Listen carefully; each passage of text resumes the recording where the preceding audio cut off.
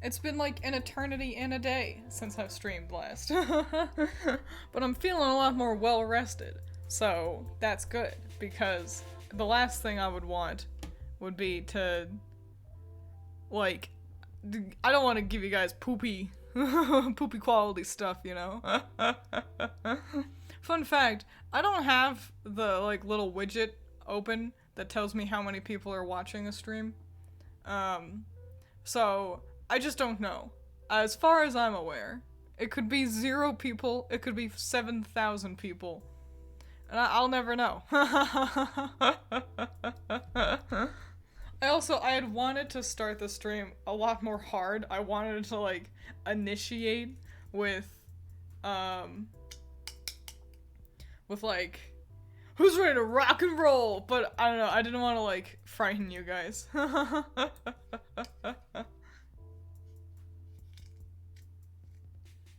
Very quiet all on the Western Front today, though. I've got my Arizona tea. Ready to relax. Max and relax and all cool. Playing some b-ball outside of the school. When a couple of guys who were up to no good. I can't, otherwise I'll just do the whole song. First sip of my tea, immediately spilled all over myself. So yeah, I figured I'd chat today, just because it's been a million years. And if I were to play Wind Waker, it would just end up being me running around collecting Triforce shards and chit-chatting. So I figured we'd cut out the middleman today and just focus on Jabberjawn about all the things that's been going down in town since the last time I saw you guys. There's been a lot. I think the most exciting thing, but also the thing I have perhaps the least I can talk about, is we have obtained a second cat. Wahoo! Hooray! Because we had Vincent, and he's a sweetie pie. Still love Vincent, but he was very much my cat. And Allison wanted her own special little fur baby, basically. And so it was like, hell yeah, we can get a second cat. And so, we got a second cat. His name is Pippin, and he's a delight. Their face structures are totally different. And I know that sounds kind of bananas to say, because it's like, it's just a cat. You know, they all look the same. And yeah, they kind of do, but I've spent so much time looking at Vincent, and then now looking at Pippin, I'm like, your like mouth is thinner, your eyes are bigger. It's bananas. It's bananas that I can see a difference. It makes me feel like a freak. Just make a plant dog a little bit smaller there. Is Vincent bullying them? No, but also we haven't really introduced the two to each other yet. Pippin has stayed in Allison's room. We're gonna slowly integrate them together. Hello, howdy, Hacksire. We've been doing some things, with, like, having, like, petting one of the cats, and then going into the other room and letting the other cat sniff our hands, and, you know, kind of sharing their toys between each other. Vincent did hiss at Allison after spending all day with Pippin, but he hasn't done that again. And we've been giving them both a lot of treats to, like, associate each other's scents, with positive good, with real Pavloving the shit out of this. We are planning on introducing them to each other tonight, but Pippin will be in the cat carrier. Cause we don't want anyone to start throwing blows, you know? I think, like, having them smell each other, like the blankets, we've got some blankets, we'll probably swap those blankets around in the middle of the day. Hello, howdy, welcome. So yeah, really excited. I'm excited to get to know Pippin better. I want to draw them as humans, but I need to know Pippin first before I can draw him as a person. You know, I can't just draw him all willy-nilly. I gotta make sure I capture his essence correctly. I could draw Vincent, but I want to draw them together. Hope it works. Same. Big same. But yeah, we only got him a couple days ago, so, not too much to say about Pippin just yet, except I came up with the name, so it's hilarious. Because Allison came up with Vincent's name, so we just effectively named each other's cats. But let's talk about something far more interesting. Let's talk about Tears of the Kingdom. Okay. So let's not spoil anything though, like the plot. We'll just talk about like gameplay. But basically anything that has to do with Zelda, like the Princess Zelda, we'll just kind of keep that off limits. The memory situation, we'll avoid those. I might end up talking about Ganondorf, because I don't want to spoil anything for people who want to go in as blind as possible. But boy howdy, Tears of the Kingdom, oh my gosh. It's so fun. Twiins can't help but talk about handsome Gerudo. Dude, there was a cutscene, Ganondorf was like being evil, and I was like, he's still Smash. As it compared to Breath of the Wild, they're basically apples and oranges when it comes to gameplay. Like, visually, obviously it's the same world, it's the same kind of shaders, though I do think they've really, like, upped their shader game in Tears of the Kingdom. It still looks, like, similar to Breath of the Wild. It's not, like, a totally different shader, but light specifically, boy, light interacts with everything in a way that's just, it's stunning. Literally, like, I entered the light for the first time in Tears of the Kingdom, and my first thought was, Genshin could never. And gameplay, it's totally different. Let's talk about gameplay. So, they've gotten rid of the Sheikah slate, they've replaced it with a very similar Purah pad. Hello, howdy. But the important thing is, so like Magnesis and Cryonis and your bombs, those are gone. But they've given you way more that you can do. So basically, you know how Magnesis allowed you to pick up metal items? The very first thing they give you allows you to pick up anything. And that's massive. The fact that I can just pick up trees and shit and I don't have to look for metal boxes completely changes the game. Being able to fuse things together is also huge. That's why you've seen so many cursed things. It's because we can stick anything we want together. The controls are very intuitive, and it kind of reshapes how we explore Hyrule. Also, we've been given Zonai technology. There's a lot less Sheikah stuff. The Guardians are basically gone. But instead we've been given Zonai tech, which you could say it's the same thing. I'm gonna say visually they're distinct enough, and vibe-wise, Zonai feel more magical. Sheikah has always felt kind of like future tech shit. So that's good. That's good that they feel different. The Zonai stuff is things like rockets and fans, and wheels and stuff intended for this creation. They've really leaned into you creating things. And I'm not big on crafting personally, but even I think it's pretty dang neato being able to, put a flamethrower on a wheel and have a Satan car driving down Hyrule Field. Not gonna lie, I'm gonna miss airstriking enemy camps with Sheikah bombs. Well, you still have bombs. You just need to they're like plants. You need to collect them. They've really altered gathering in a way that you can fuse things to your weapons.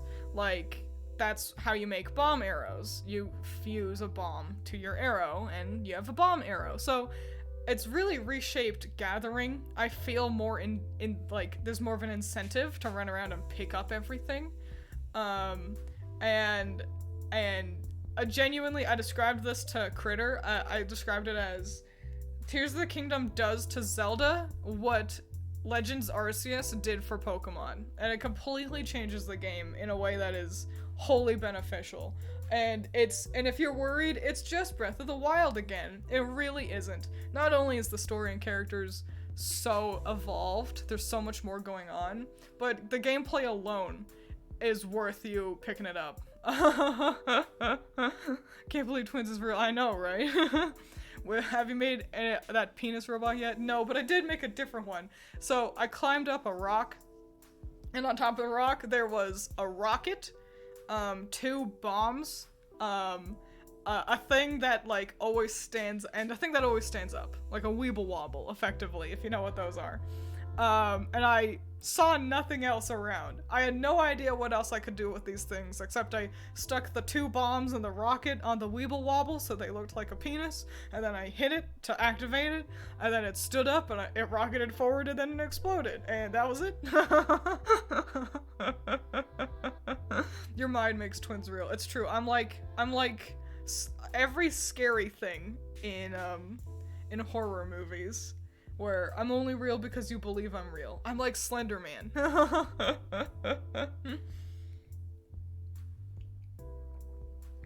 So yeah, Tears of the Kingdom gameplay is totally different. It's really fun. I highly recommend you get it. Yo, I was at work, and one of my managers had gone on vacation recently, and he recently came back, and I was like, did you do anything fun? And he's like, nah. And then I was like, you didn't just play Zelda the whole time? And he's like, I know I haven't gotten Tears of the Kingdom yet. And it took everything in my heart to not just go fucking gorilla apeshit mode and be like, it's really good, just buy it! She opens her mouth and there's a second smaller mouth in her tongue. Ew. That one kid who used to draw penises on desks is gonna have a field day with Tears of the Kingdom. Yeah, you can, cause they can move. That's the big thing, is who just makes a penis when the penis can also be a rocket? I did not see the Sony Direct last week. However, I've heard that Metal Gear Big Boss is getting remade, and I'm interested in that. That's a game I'd like to play, so it being kind of redone, that might be something I might look into. It'll depend, and I'll have to see if people are saying it's worth it or not. So that's good. Enthusiastic Twiins is a strange sight. There's barely any trace of grump. I've heard that Metal Gear Solid 3 is one of the better ones, for sure. Also, I've got a big sloppy crush on Big Boss. Not Snake, but Big Boss. Even though they're the same guy, effectively.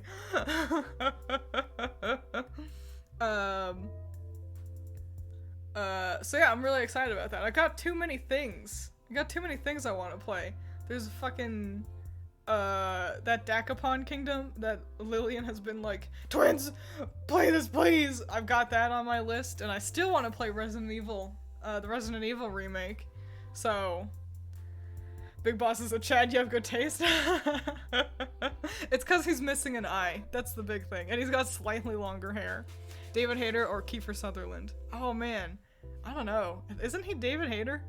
Pretty sure he is. But now that you've brought it to my attention, I don't know. Twiins like her men damaged. It's true. It's true. Don't ask me why. I couldn't tell you. Like Chainsawman. Okay, I mentioned it's in the title. But I read through Chainsawman, at least the first part. There's part 1. I don't know how to, it's like at the end of an arc. Part 2 begins and we start following another character for a little bit.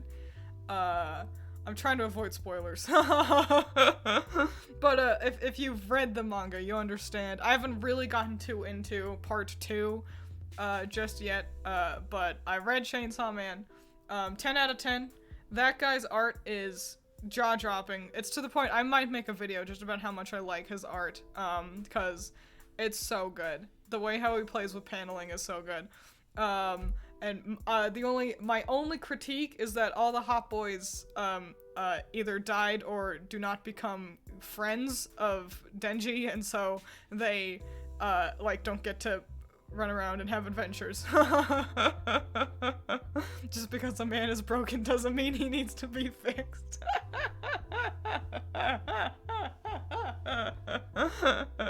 I like my men broken. Not to fix them though, just to look at them crying on the floor.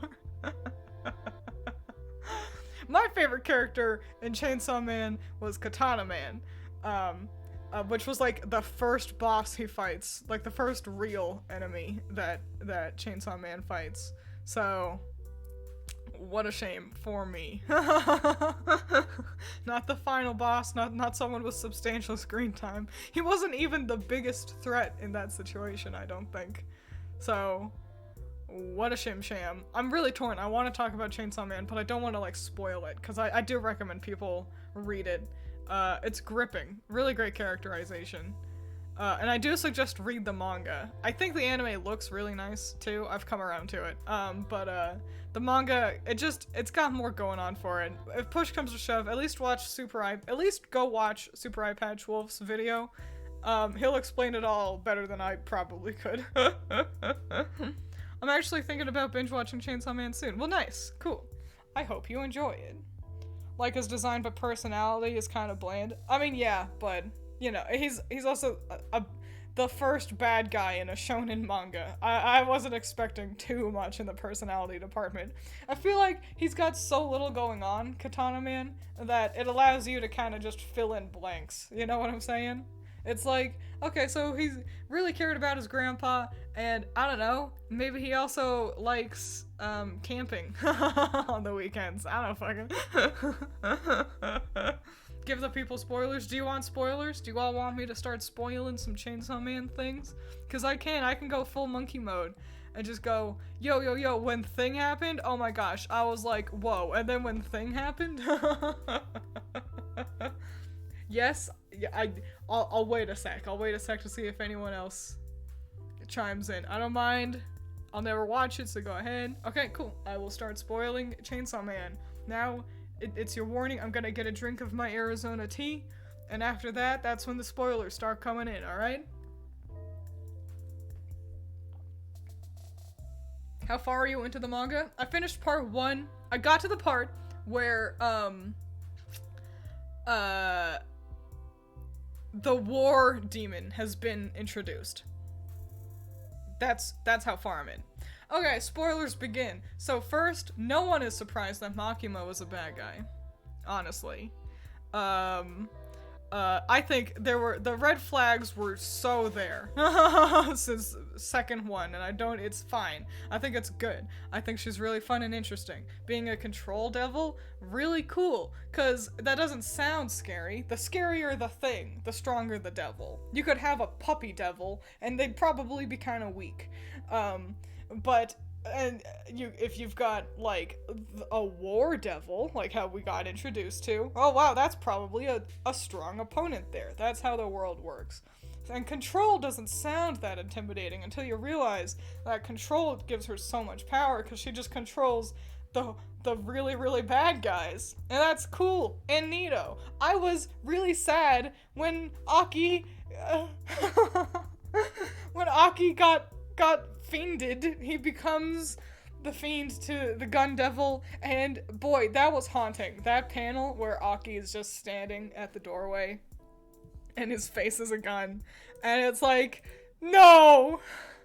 Shit, no! And here's the thing I should have known. Well, I shouldn't have known. I didn't know this, but looking at it, Aki is a nickname people in Japan refer to, like, AK-47s and other rifles. They call them Akis, and there's a lot of info in the names in Chainsaw Man. For example, all of Denji's friends are named after angels. Powers is a type of angel. Beam, the shark guy, who is a good boy. Beam is named after cherubim. Bim. That's how it works. Princey is principalities. They're named after angels.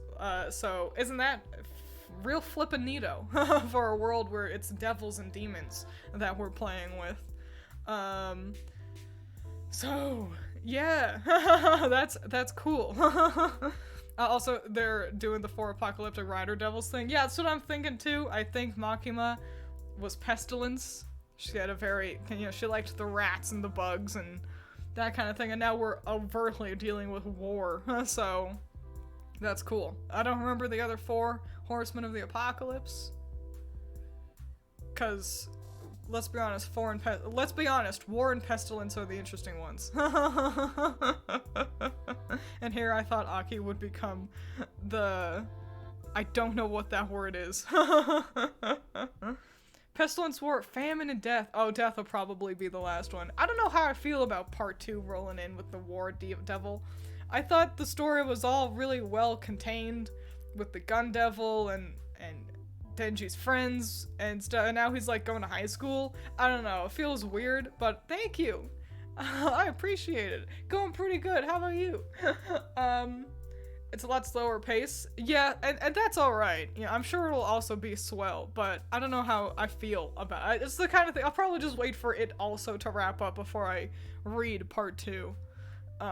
Cause I just, it's the kind of story where you want to binge through it. My whole life for a while there, everything that I did was, I had some crazy dreams. It was playing Tears of the Kingdom, and specifically being in the underground. So that's something I need to specify. In Tears of the Kingdom, they don't just have Hyrule and the sky, like how you've seen. There is also under the world. It's the chasms. It's like hell, and it's really cool and scary and good, and I like it a lot. And I like spending time down there. I was collecting Poes for a long while to get outfits from the Poe collectors. And so for like a week, my whole life was being in Tears of the Kingdom hell collecting Poes. And then at night, I would read Chainsawman. Also, I was consistently listening to a lot of Guts' theme from Berserk, and also going through a video essay explaining the plot to Fear and Hunger, which is an indie game. You've probably heard of it. If not, go watch Super Eye Patch Wolf's video about it. So there was like a week where my whole life was weird in terms of vibes. And it's really planted a seed of like a story I'd like to tell. Like, you know, I've got the inspiration spark happened, and now I've got a little plot kind of brewing in my heart. Eventually I'll get to that. But first I want to handle this other comic I'm doing. So eventually I'll make my own gothic horror oobly goobly adventures. Arguably the writers don't actually have names except for Death because they never got named in the book. Yeah, but also names in the Bible are so like huey skewy as well. I don't know. It's like sometimes they're weird about names, so that's fair, but I think kind of resigning ourselves to the names given to the horsemen, I'm gonna call it valid. Have you made the old? No, I haven't. I haven't made. I've got better things to do than to dig around making Plank from Ed, Edd, and Eddy, but with a penis. You know.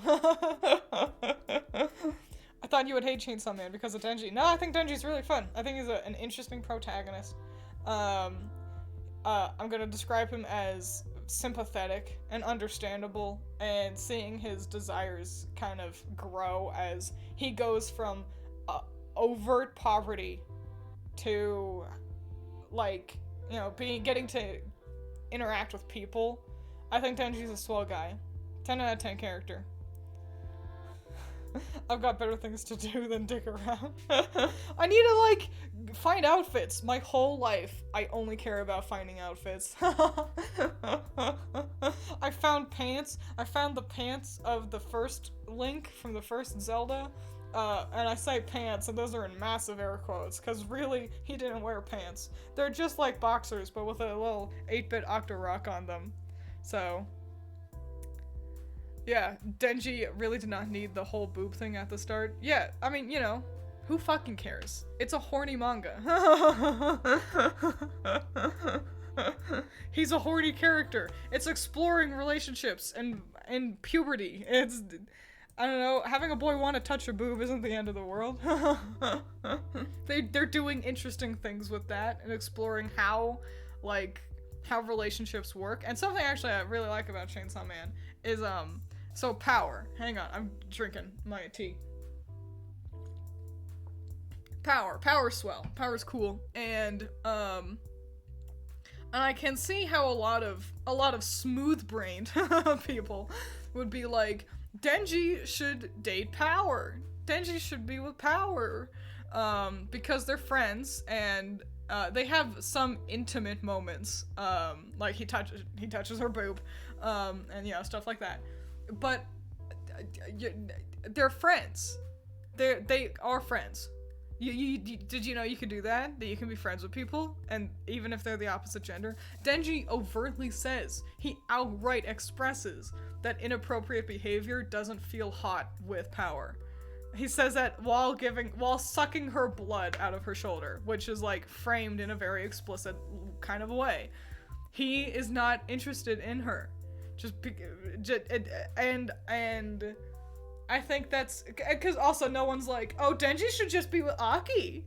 Well, no, because they're just friends, because they're boys. No, you're a smooth brain. And I respect Chainsawman having them be just friends, because I think it is easy to go, then there's a group of friends, and there's the one girl, and the girl has to date one of the boys. And I'm glad that it's not like that. That they are just friends. And she even says, he's my friend, at one point. And it was a dramatic point, an intense moment.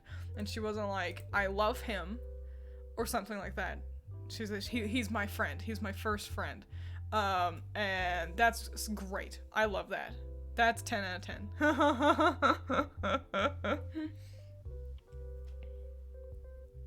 Power in a relationship would be too much work. Yeah, probably. Yo, by the way, another thing that was so fucking cool, the Darkness Demon, that design, everything about Hell, they visit Hell at one point. And all of it was really cool. I hope we get to see more of that kind of stuff in the future with Chainsawman. So that'd be real flippin' neato. Twiins demands more platonic friendships immediate. It's true. I really do. I like friendship so much. What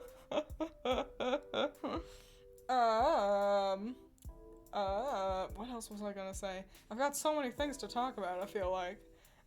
And I kind of feel like I just keep jumping back and forth between Tears of the Kingdom and Chainsawman.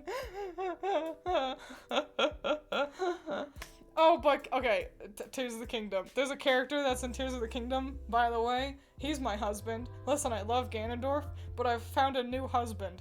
So it's a new character. His name is Taro. He hangs out, he's in,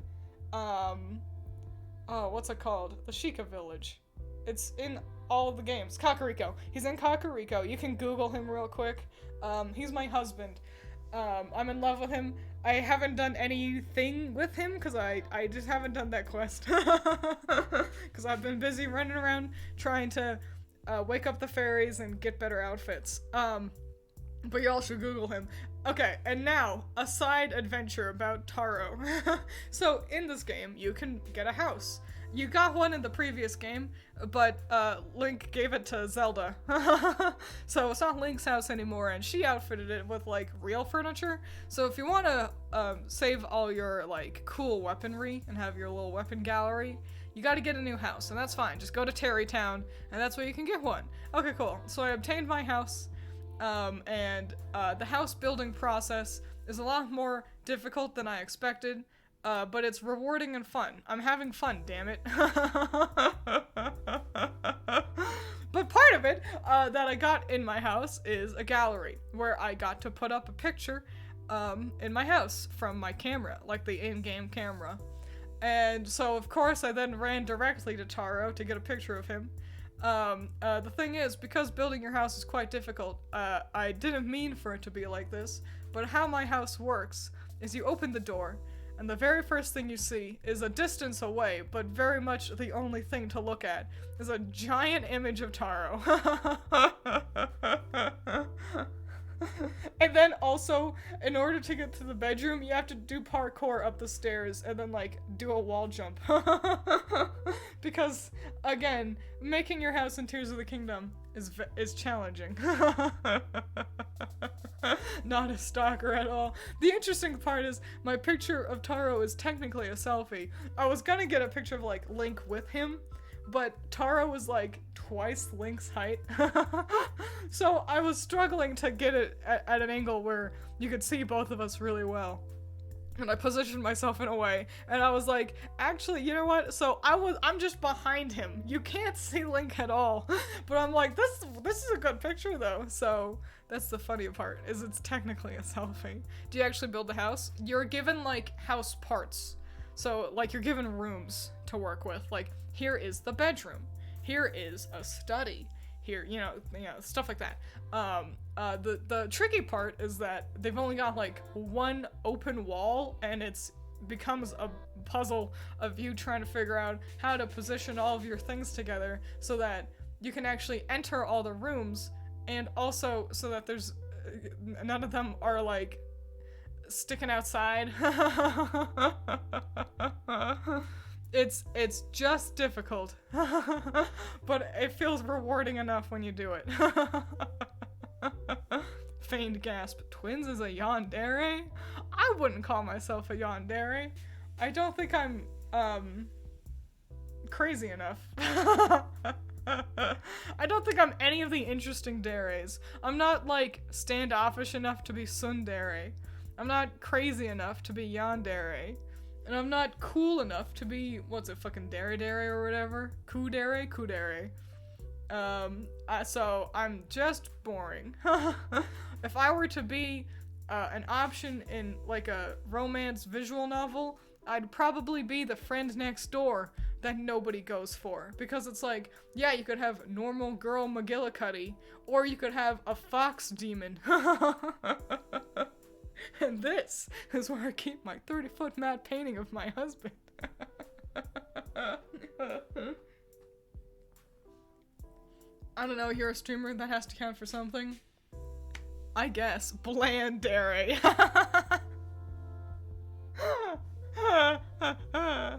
I'm a real delight. Twiins normal girl McGillicuddy Inc. I think I mentioned this before, that I brought up that I'm a streamer when I was getting hired at my job. And my manager was like, would you call yourself, you know, like personable and friendly, you know, are likable in a way? And I'm like, I'm a streamer, I have to be. I'll let you all know, I've got another ASMR idea brewing right now. Basically just a little ASMR story time adventure of working in the back rooms, because that is going to be the canon. I work in the back rooms. If you ask me where I work, I will tell you I work in the back rooms. And I'm just kind of collecting fun adventures from work to to put into a funny little ASMR adventure. I want to make sure I have plenty to say though. I think a 30-minute ASMR, that's fine, but I wouldn't want it to be, you know, shorter than that. You know what I'm saying? So I'm working on it. Something to be said for being funny twins. ASMR Twiins explains the entire plot of Chainsawman.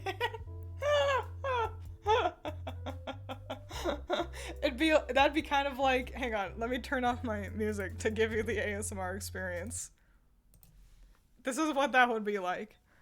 Okay, and then Denji fights the Chainsaw Man. Okay, so he fights Katana Man, and it's really, really cool because Katana Man keeps doing these moves, and if you pay attention, it's technically, so it's like a sword move. It's a real technique. I watched it, I saw it once in Rurouni Kenshin, that was cool, and then while Denji's doing that, that's what it would be like.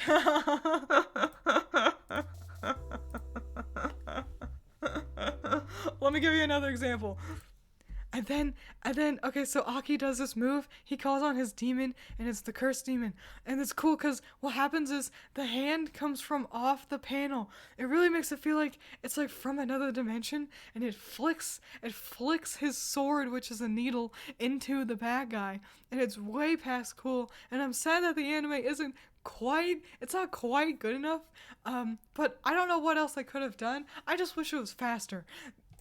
That is ASMR Twiins explains Chainsaw Man.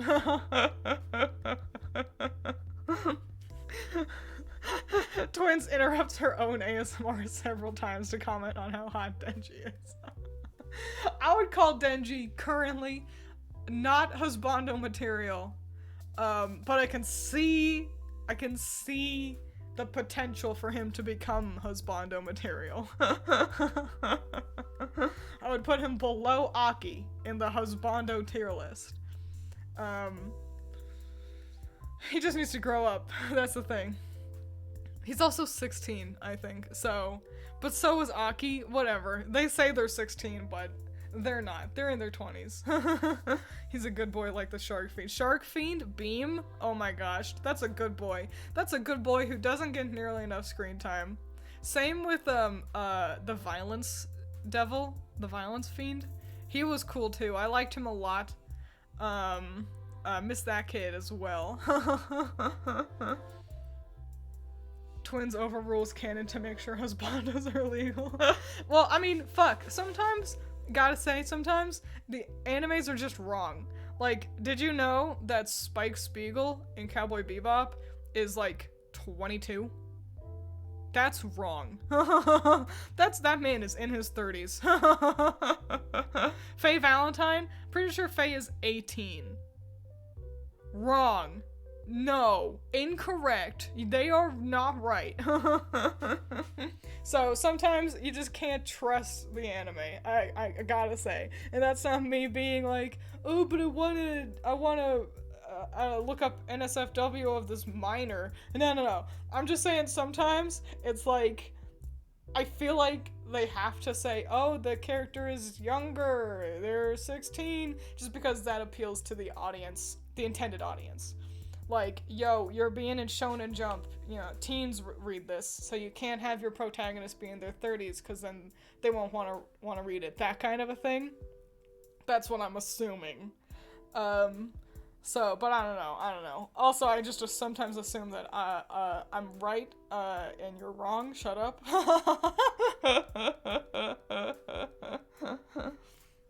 According to the wiki, Spike is 27. They've aged him up, because that is not what it used to be. I remember actively being like, ew, I am older than Spike Spiegel. And this was years ago.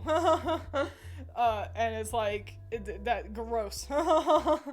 It's just not right. 27, I think 27 is still too young for Spike, honestly. But it's certainly better than the 22 that it used to say he was. The equivalent of teenagers in 2000s movies. I feel like there's just no good way to cast teens in movies, honestly. Like, the ones that are, like, clearly being played by adults, those are distracting and, like, weird. But the ones that are actually teenagers, it feels like they're children. Thank you, welcome, hey, welcome back. It's like, I don't know, they're kids. I don't want to see little children like this, you know, acting in spooky things. It's always spooky things, I feel like. Twiins, supreme rule of the universe is never wrong. It's true. It's true. My word is law. Howdy, Surge. Welcome. Hey, Twiins. Hey, chat. How is everyone? I got my food from the delivery guy and he gave me a lecture to invest money. Okay. That sounds like he's part of a pyramid scheme. Ignore him.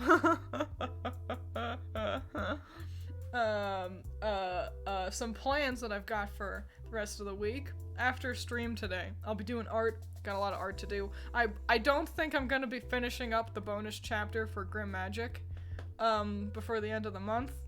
And that's fine. I've decided I'm not gonna kill myself over my art anymore.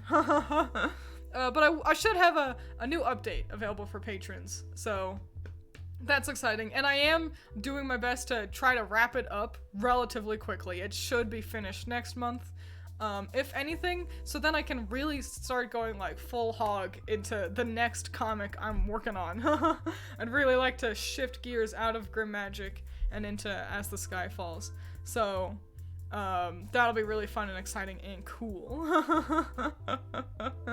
It's all good. The Pokemon video was great. Hey, thank you! Oh yeah, I made my Pokemon video and then I fell off the face of the planet. I didn't even let you guys shower me with praise about how amazing my video was. But I'm glad you guys like it. I had a lot of fun with it. My favorite is definitely Blaine. Bud was your favorite one? He's a good boy. A good design, a good boy. I think of the Pokemon, Nina definitely had my favorite design. I liked Selkie a lot because I liked the design I gave him, and also Surf carried me through the end of the game. So, but yeah, it's a fun video. Y'all should go watch it and then watch it again. Really wish you'd kept the Moonstone. Yeah, it's fine. It just allows me, I can use a Nidoqueen at another time. That's the thing. I'll do other magical girl adventures, and I can have her again. I can have another Nidoqueen, and it'll be really cool. So I'm not too worried about it. Also, I feel like Selkie was probably more like a stronger choice for what I needed than Nidoqueen would have been anyway. So it's alright. It's alright. No harm, no foul. We at least got Nina out of it, and her design was pretty damn fly. Oh, I had mentioned Patreon, and I'll bring this up now, and I'll be making a post about this on Patreon as well. So, I am planning on getting rid of the two or three, the higher level Patreon tiers. Like the more expensive ones. I'm planning on getting rid of them, because I feel like I don't provide enough, to people at that level to justify them, giving me money every month, genuinely. So, and I feel like, you know, sometimes people are like, oh, well, I just want to support you. And that's great, and that's swell, but I feel like I can't, just accept this money anymore. I don't feel like I've deserved it. If you want to give me $50 every month, come do it on stream. At least that way I feel like I'm providing you a service. As opposed to Patreon, where I just never feel like I'm giving you all enough. So, if you are at a higher level Patreon tier, be aware that I'm gonna get rid of them. So, I'll lose you. Like, I think in order to delete a tier, I need to, like, also just, like, get rid of all the patrons at that tier. So, just be aware if you wanna, like, come back in so you can be on the Discord or whatever, that's fine. If not, that's also fine. Just now you know that they're going away. So yeah. Wait, say it again. I just came back. I'm getting rid of the higher level Patreon tiers. Basically, the highest one I'm going to keep is I draw a commission for you, but it's in like the more chibi-esque art style. I'll also be rebranding, because all of my Patreon stuff, like the tiers, they're Ruby themed. And I've been meaning to change that up for a while now anyway, and now is a good time to do it, since I'm gonna be getting rid of 2 of the tiers anyway. So, I mean, I respect your choice. If I could, I would've gave you that 50, but if you ain't feeling, then I understand. And, you know, thank you, I appreciate it. But yeah, I want you guys to be able to spend your money on something worthwhile. And I feel like I'm not providing the worthwhile stuff. Ruby themed even now? Yeah, I forgot about it, honestly. I was like, I should change all that. Especially since I'm not doing Ruby stuff anymore. And then I forgot. I just, I had a lot of stuff to do. I, like, moved. I moved, my cat got sick, had a breakdown. Bon appetit. Yeah, I remembered recently, like, oh shit, my stuff's still Ruby themed, so I'll be changing it to sprinkles. So, hooray, how exciting. Cool. That's cool and good, and it'll be real flippin' neato. Other things I'm planning on doing this week, so, I'm hoping I'll get all this done, by Thursday. We'll be doing kind of a lore video, an exploration of lore stuff. So that'll be fun and neato. I can't guarantee I'll always stream on Thursdays. Of the days I stream, Thursdays is the one that is the most likely to get dropped throughout the week, just because not only do I work on Thursday, but then I also work on Friday. So I really have the least amount of time to, like, do anything on Thursday. So just be aware that sometimes Thursday streams aren't gonna happen. But this is exciting as well. Friday, I really want to figure out, I want to do a real art stream, and not the kind of art streams we've done before, where I've, drawn with my mouse. I want to do a real one. I want to get my, like, art tablet set up. I want to do some art for, a music video, because I like to make music. And golly gee willikers, I want to make this art already. So, I'm planning on doing that, Friday, on stream. So hopefully that's cool and good and it works. Art stream might be a little bit weird. I think the mic will have to be quite a bit further away from me than usual. So, yeah, but we'll make it work, even if it's kind of scuffy. What? Twiins stream? Being scuffed? No! You could always say Thursday, with an asterisk. It's true. Finding a way out of Ruby.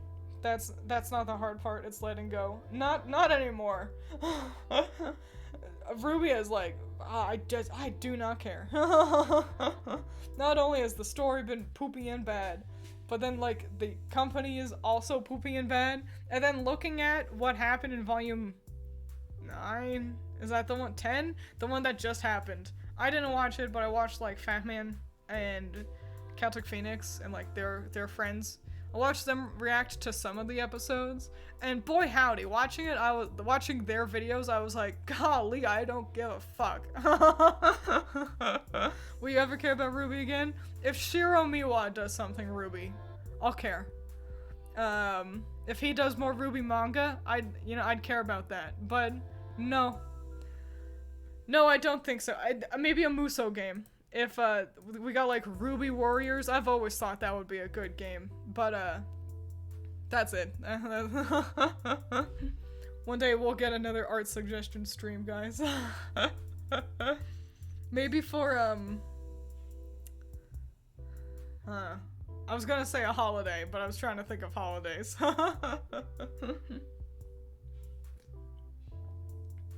Age of Calamity? What about it? Kinda like... Yeah, like that, but, you know, with Ruby characters. I always thought that would be good. But yeah. Not interested in Ruby. I don't want to be associated with Ruby. It annoys me enough that I still get comments on my Ruby videos. I don't want to, like, get rid of the videos, and I don't want to turn off comments, but that's the thing. It's always people, like, finding them for the first time, so I can't even be that mad, but they'll leave, like, these dissertations. It's always these essays, and it's like, I don't read them. I don't care. Whether or not they're agreeing with me, they could be like, you're right, and here's why. And then they have their own essay about, you know, how Ironwood messed up. It's so often my Ironwood video. It's one of my, I think it's my most popular video. And I'm always like, that's swell, and I hope you had fun taking the time to write that, but I don't care enough to read them anymore. Are we able to know what you're gonna draw for the art stream? Yeah, I'm gonna draw, boys. So, I work on music, and you know, something I've been thinking about, so as it is, currently, patrons have access to the music I do. Sometimes I do remixes, but lately I've been doing Utao covers, and Utao is like free Vocaloid. So Vocaloid song covers, and patrons can check those out. I've been thinking about starting to make them available for the public to watch though, as well. Probably I'll trickle them down. I wouldn't release them all at once, but I've been thinking about that. So, yeah, but anyway, one of the things, what will be drawn on Friday is the boys that I'll need for the visuals for one of those music videos. The song is Unknown Mother Goose. You can look that up. It's really good. Like it a lot. It's a Vocaloid song. They're all Vocaloid songs. So yeah, gonna be drawing the fellas that I used for that cover, and it'll be real neato. Everybody who has yet to see a Twiins Ruby video, go and leave a comment for Twiins to read. Yeah. Only on the Ruby ones, not any of the other better videos I've made. Yo, I rewatched my Outlast video. That's funny as fuck. I gotta make another kind of like a gameplay compilation highlights video, because those are just funny to me. They are genuinely fun. Funny enough, first video I saw from you and your twin was Ruby. Yeah, I mean, we made a lot of them, so it makes sense. I do enjoy music content. That's good, that's good. I wouldn't say I'm that great at it. I think my remixes are pretty damn fly, if I do say so myself.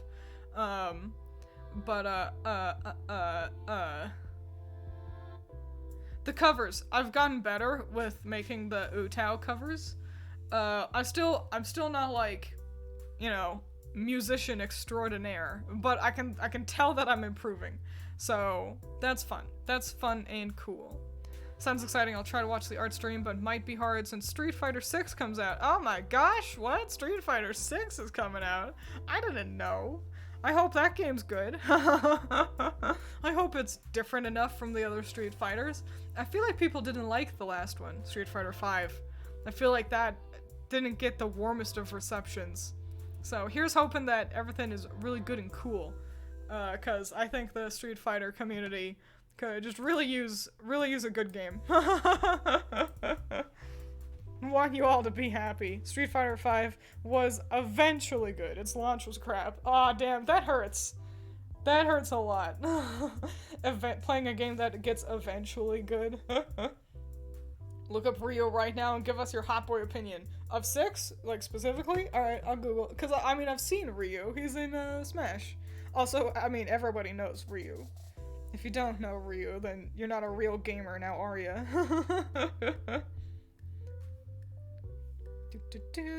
Street Fighter 6. I spelled street wrong. Ryu. I spelled fighter wrong too. Oops. That's fine. That's fine. Let's go to images. Oh, he's got a beard now. I don't like it. I don't like that beard. He looks like a different guy. It's not... He doesn't look bad. But I don't like it on Ryu. No. It's not working. It's not working. Gotta shave. Gotta shave something. Not the full beard situation, I say. That's my take. I'm sorry. Wow, what's this emote from? A lot of people are excited for 6. That's good. I'm glad. I'm glad that people are excited. I know that the fighting game community, I don't know, it feels like they're always hungry for more. Because that's the thing, you play a fighting game and it's really swell for a week or two, and then you've kind of done everything. But he is our favorite homeless man. You know, Ryu, the character, swell. Ryu, the beard? Nah. A lot of old characters got redesigned costumes. That's cool. I'm excited to see those at least, because I always like to see some redesigns. See if they're better, worse, too similar. Speaking of redesigns, I want to make a couple more outfits for myself. I've got one that's been brewing for like 7 months. I just need to add shading to it, but yeah, I've got more ideas for me. And it'll be great because now that I'm not working on this the Magical Girl video that had so much art that went into it, and also Grand Magic, I'll have more time to work on art. So it'll be really fly and cool. Maybe eventually I'll even make an alt outfit for Doug. But I don't know. I don't know if he deserves it.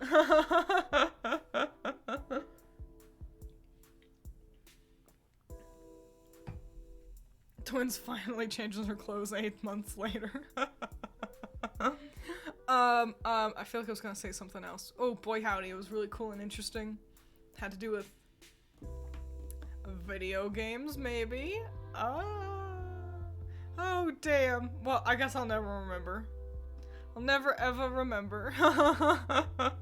More twins aren't means the world is a better place. Oh, you're too nice. You're too sweet. Shut up. No, I'm joking. Yeah. Oh well, alright, I guess I'll just end stream. Oh, I'd like to. Did you all see my collab with Lillian? I was gonna tell you guys to behave, but I forgot. And then Allison regaled me because I didn't have chat open, so I couldn't see what you guys were all saying. And Allison regaled me with how Excalibur was hyper horny on main that you guys helped rein him in. Will you do Chainsawman art? Maybe. I feel like his art style, like the Chainsawman designs are there's a lot going on. I would worry I wouldn't do them all that well. Allison, mission control. I'm not opposed to Chainsawman art by any means, but kind of gotta wait to figure out a good kind of approach to it. A good composition or something. How was the collab? I missed it, sadly. It was good. It was really fun. We talked about Honkai Impact, character designs, for Star Rail specifically, and ever since we did that stream, I have gotten exponentially more ads for Honkai and Genshin. So, hooray for me, I guess. A lot of the clothes seem simple to draw. Yeah, it's the chainsaw head part that is kind of the complex part. And I would want to make sure I do it right.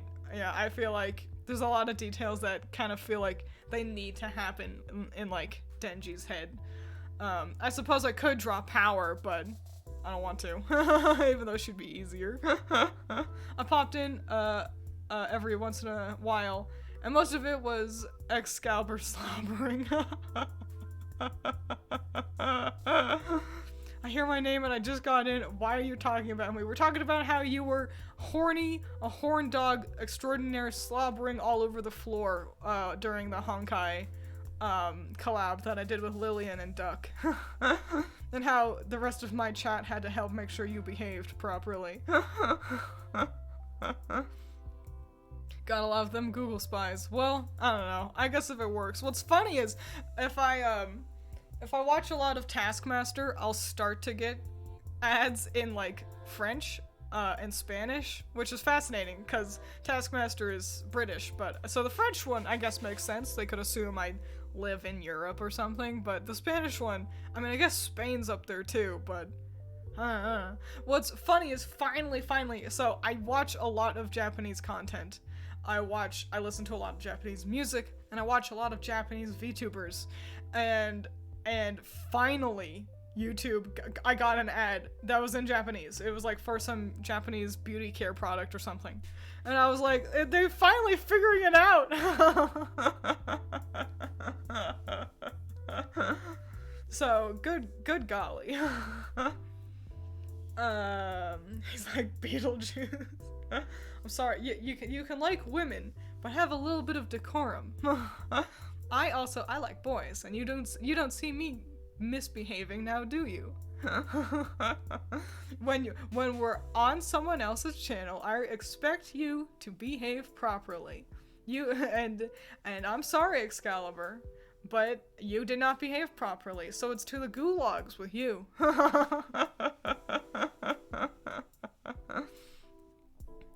I think the best way to really capture all of this is just Xdath saying, bruh.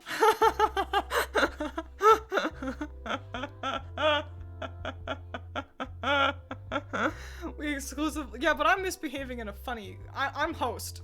That's different. I have to misbehave because if I don't misbehave, then nothing happens on stream. Not the gulag. Oh, what I was gonna say as well. So the collab was a lot of fun. It was really cool. It was really cool getting to hang out with Lillian and Duck. You should check them out. Duck's art is really good. Go find your way over to Duck's Twitter. But Lillian had the thing set up where my PNG like wobbled and shit when I spoke. I'm thinking about making that happen for me over here as well. At least for the chatting streams. Maybe also for normal streams as well, but at least for the chatting ones, Cause as it is, it's a podcast. It's a podcast with just me, and sometimes I can wiggle around my or Doug's PNGs and make it be like, hey, look, ooh, wow, where he going? Yeah, so just at least for chatting, so that there's something happening on screen.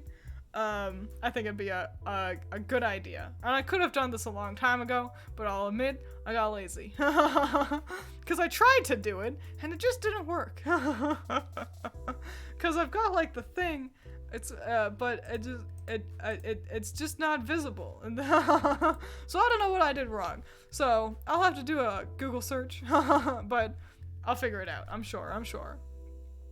We gotta put him in the timeout corner. Not like the Twitch timeout. I mean, like, he got us in the corner. Yeah. Was anyone ever sent to a timeout corner when you were little?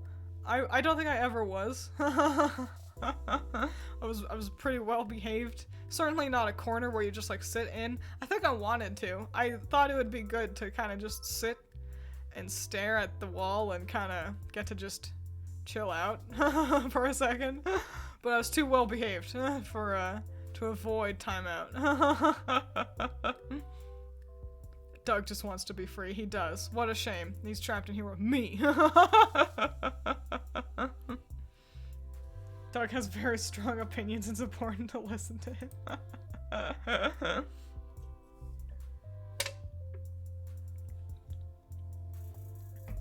Believe it or not, I got in trouble a lot as a kid. Shocking, I know. You seem pretty well behaved, but I'm coming to the realization that I think I'm just bad at gauging that.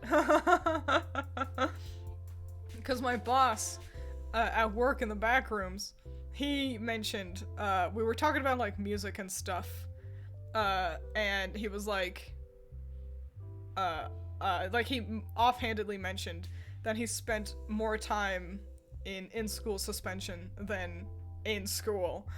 And I was like, what? I thought you were, like, a goody two-shoes. And he was like, no, I wasn't always a good guy. And I was like, I guess I'm just not good at gauging these things. I will break Doug out. Gemini #1 Doug fan. I'll have to, if I ever do make another Doug outfit, I will have, like, a little pin, like, on his, like, lapel or some shit, and it will somehow be a reference to you, Gemini. Just for you. Since you truly are #1 Doug fan. Do you prefer plant Doug or human Doug? That's what I want to know. You gotta rebel at some point in your life. It's true. You can't always follow the rules. Except for me, I guess. Just like being told what to do. That's a quote. That's a quote from Mike Wozniak in Taskmaster. Your boss could be Batman. You never know. It's true. He could be. Plant. I like plant. Nice. Alright. People, y'all seem to prefer Plant Doug. Plant Doug is pretty solid as a design. I like Human Doug, but he's really only here when I feel like it. Plant Doug is always. When you get famous enough, we need a Doug plush before a Twiins plus. It's true. We need a Doug plush, and we'll make a Twiins acrylic stand. Like an acrylic figure. Yo, fucking, like one of those fancy nice anime figures, for me, it would be so good. Not to toot my own horn, but you'd be able to do so much with my hair, and also with, like, if you want to do one of the dramatic cool ones with, like, when I'm falling, if you remember my lore, when I'm losing my wings and stuff, yo, they'd be fucking super fly. Also, again, not to toot my own horn, but I think my outfit is solid shit as well. My design is top tier. So I think an anime figure of me would be hyper fly, but I'm not the one who gets to decide that kind of stuff. But yes, Doug plush, solid. I think a Doug plush would be him kind of lower. Like, if you remember a long ass time ago now, I did a fun little kind of fan art for Lillian, where she was watering a plant that ended up being a Doug. Where basically Doug's neck, like the stem, isn't there and he's just like at a bulb level. Basically the munchy crunchy face coming out of the leaves and pot without the stem. I think that would make for a really solid plush, because I feel like otherwise the stem, you know, it could get all like limp and shitty. It's just a part of a toy that's rife for getting fucked up. So that's how it would go, I say. Man Doug is second best though. He is. He's I like the hair. I think I like the hair of Man Doug. Here, Doug, scoot over. Let's take a look at Doug. Yeah, like Man Doug he's pretty alright. I like the hair. I like the detailing on his shirt. That's a little tough to see, but it matches Plant Doug's pot. The tie is hilarious to me. I was in an asymmetrical mood, that's why his gloves are different, but I think that's kind of fun.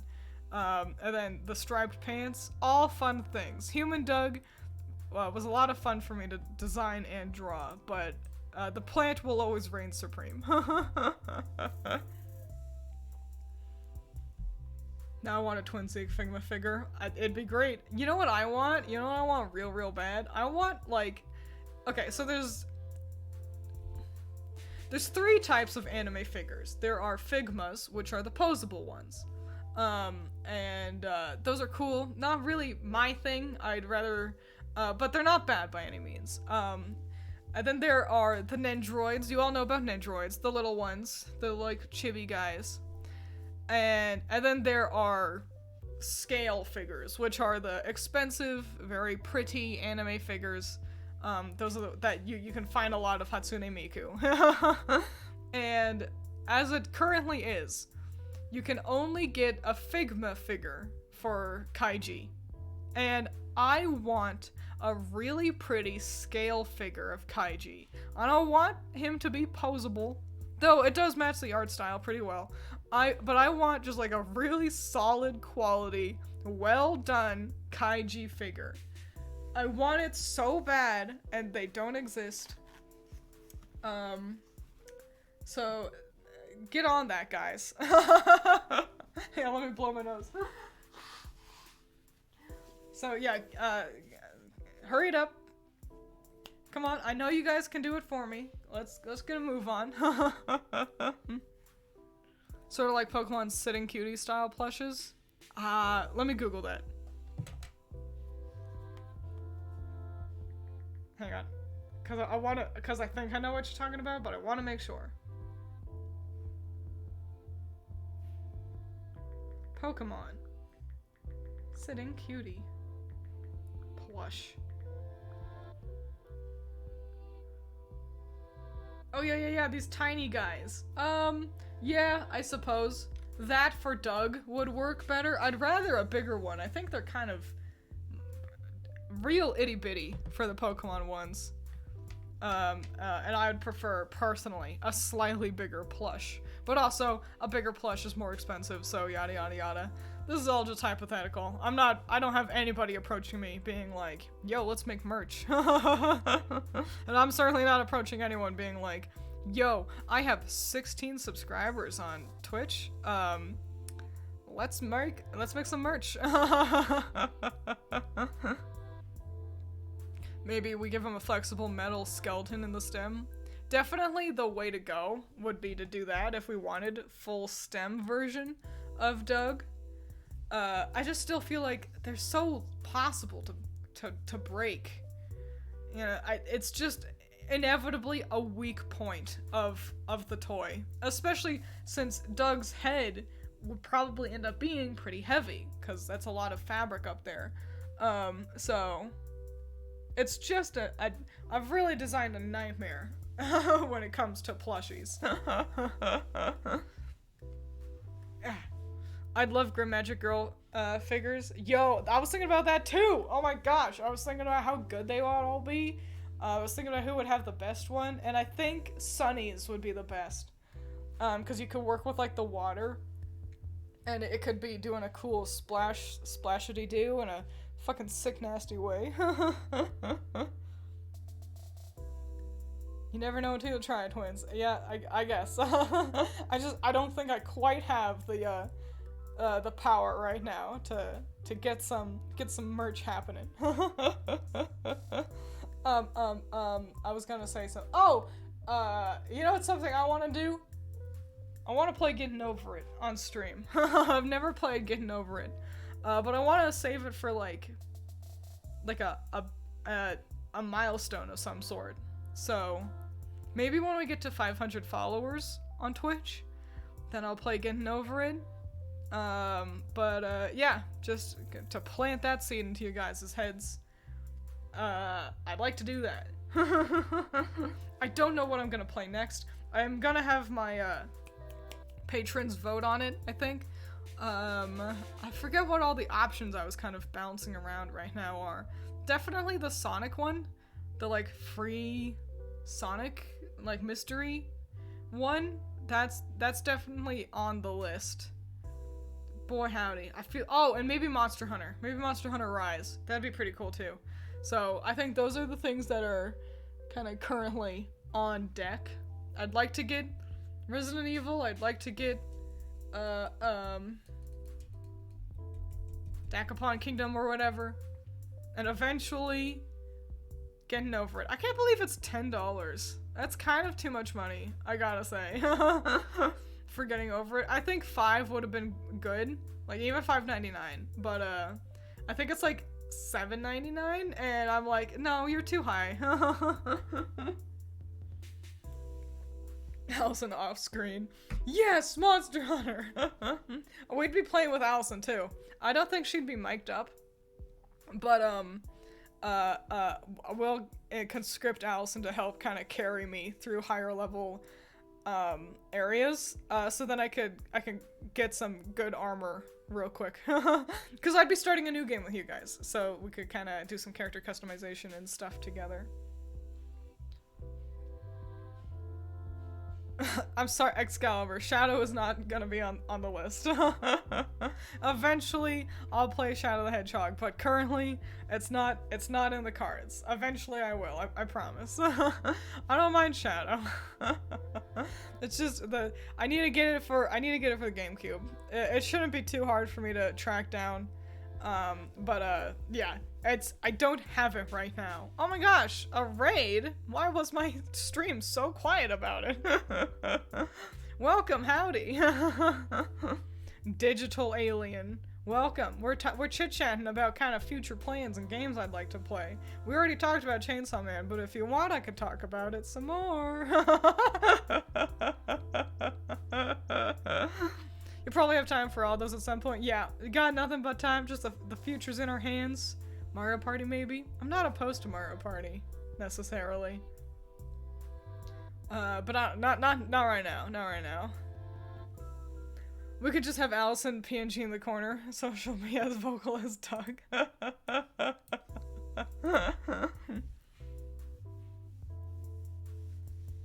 But yeah, those are the plans. Really exciting stuff.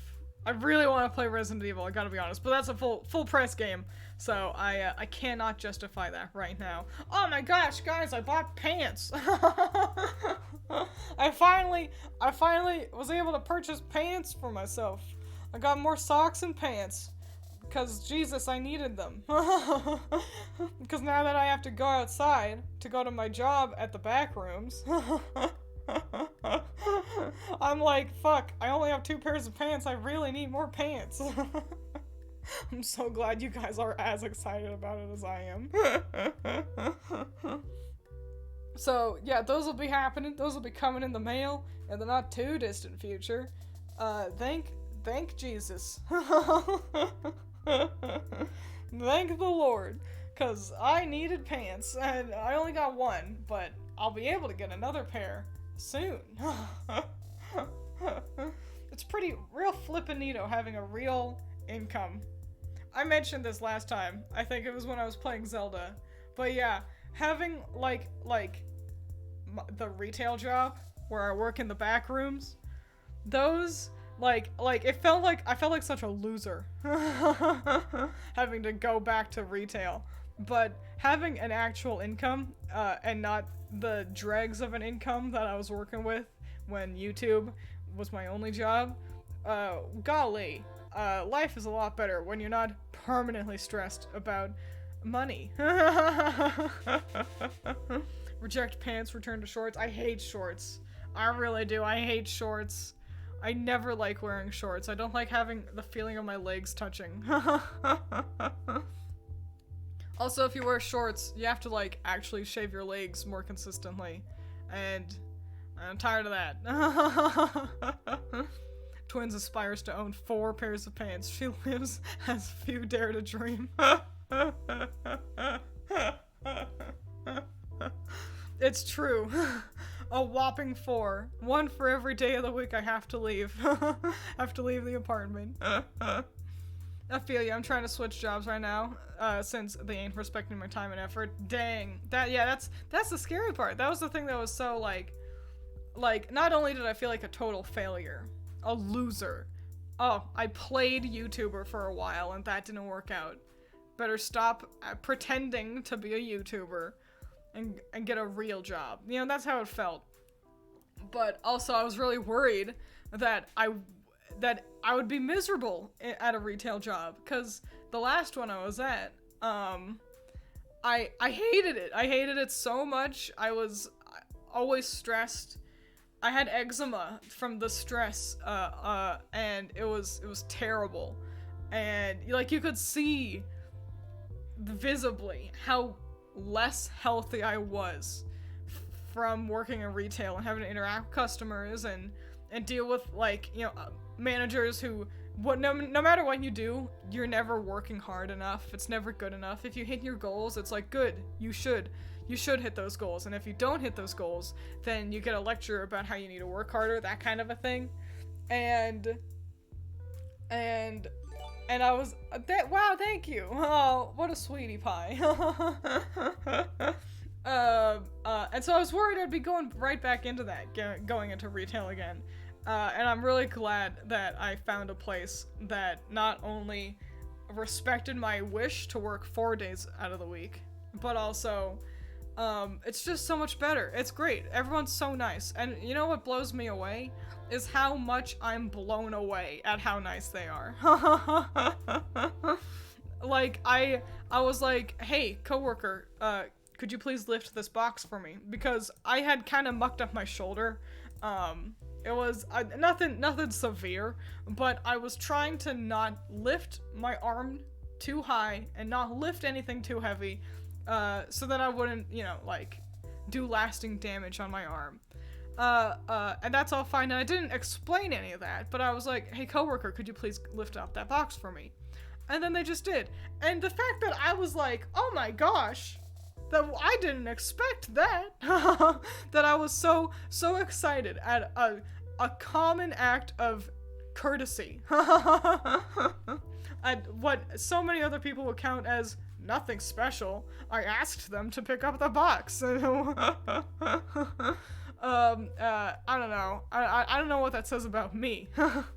But it's swell, and everyone's really nice there, so it's good. And like I said, not constantly stressing about money is great, because you know what that means? That means while I might be making content, like videos, less frequently, I'm having more fun doing it. And I think that will result in better content. So, I'm excited. I'm excited to make less stuff, but to enjoy myself more with the stuff I do make. And if it doesn't do that well, like if I make a video and like it only gets like 2,000 views, then I don't sit there and go, great, cool, I spent all that time working really hard and no one's watching it and I'm not gonna make enough money off of it, and so that's a net loss. I don't think that. I don't have to. I can be disappointed, like, oh man, I made this video and it only got 2,000 views? That's a bummer. But that's it. Like, me being able to buy food doesn't rely on videos doing well. And so now I can just care about videos doing well because I want people to see my art and stuff, you know? So yeah, that's a little fun fact. A little fun little trip down Twiins' life lane. Having a company job can be really intimidating, whether it's in retail or, you know, like an office setting or whatever it is, it can be scary, because what if the people aren't nice? What if it is a really stressful environment? What if you're not happy? All those are very valid fears, and you might end up somewhere where the people aren't nice and you're stressful and you're not happy. And it's tough to then leave a job, because job hunting sucks. But I think, I don't know, it's the kind of thing you have to take a risk on anyway. Not only, I mean, you know, we live in a society where you gotta pay rent, but, I don't know, I think you can't find these good jobs if you don't try, because that's the thing. I'm really happy working in the back rooms. Like, if sad stuff happens, I don't completely crumble, because I get to go outside and interact with people who are friendly and nice to me, and who I enjoy seeing. And I don't know, it feels like such a normal thing. You all probably don't get it, but I've been working from home for a year now, or I had been, and I didn't see people. And I was like, how do I make friends? And, you know, because, like, you're all here, and I like chatting with you guys, but it is different from, like, seeing IRL people. And it's just, I don't know, just the simple fact that I have to interact with people, or I get to interact with people. Yeah, it sucks that I have to leave the apartment. I don't like getting all sweaty, and, but it's a necessary evil to have to go to a job so I can interact with people. So, at the end of the day, I guess the moral of the story is, that a community is important. And if you can find people who are willing to interact with you face to face, then do it. Something, go watch the end of Amori where I talk about, going outside and I cry. Those are ancient VODs. They're at like 480p too. I'm really bummed that I streamed Amori so early in my streaming life. Cause visually, they look so crunchy, but it is what it is. Nothing to do about it now.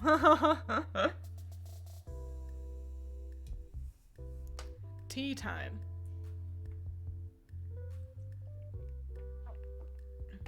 Twiins would not win against the retail devil. It's true. Twiins enemy of sunlight and heat. It's, yo, oh my, I've got tea. I've got Arizona tea. Sorry, I was just getting a sip of my beverage. Which flavor? The raspberry one. Yeah. Raspberry flavor. I got Allison, strawberry kiwi. I was gonna say something. Oh boy, it was, oh, the sunlight and the heat. Yeah, so I am very pale. This skin tone you see on me here is not this similar from how pale I am in real life. I'm pretty dang translucent. And one of my managers the other day, they were like, I'm working on my garden. I did that, like, he was like, that's what he was doing over the weekend. He's like, I've got my garden and I worked in the garden. And I was like, ew. And he was like, you don't like gardening? And I'm like, this might surprise you. I don't go outside very often. I'm back at the Humphrey part, and I know I'm gonna have the exact same reaction to the Sea Witches. Yo. Okay, their designs, 10 out of 10. That fight can lick my asshole. That one move they have is fucking bogus. That was the most stressful. And also, I gotta say, Humphrey, so the whole part, interesting, very cool. I feel like it's a little unnecessary. I feel like it kind of doesn't add enough to the story to really justify the whole level being there. I think it works better in other routes. I've looked at what happens in other routes, and it's definitely more worthwhile in other ones. But for the good ending, Humphrey chapter kind of feels unnecessary, in my humble opinion. I wonder if Omocat's working on something else.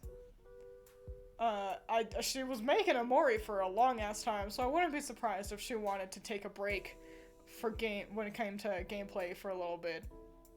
And I know she's like been doing work. I know she's like friends with Toby Fox. She's probably helping with art to some degree on Deltarune. And she had like her Hololive collab merch stuff happen. You know, so it's not like she's just kind of been bumming around the house, I'm sure. But I wonder if she's working on like another game. I hope so, because I do think Amori was a really solid experience, and just the emotion system made it, the gameplay alone, so much more different. But also the amount of charm in not only in the art but in the characters and the writing was really solid stuff. Really, really, really great, real great game there. I hope she makes more.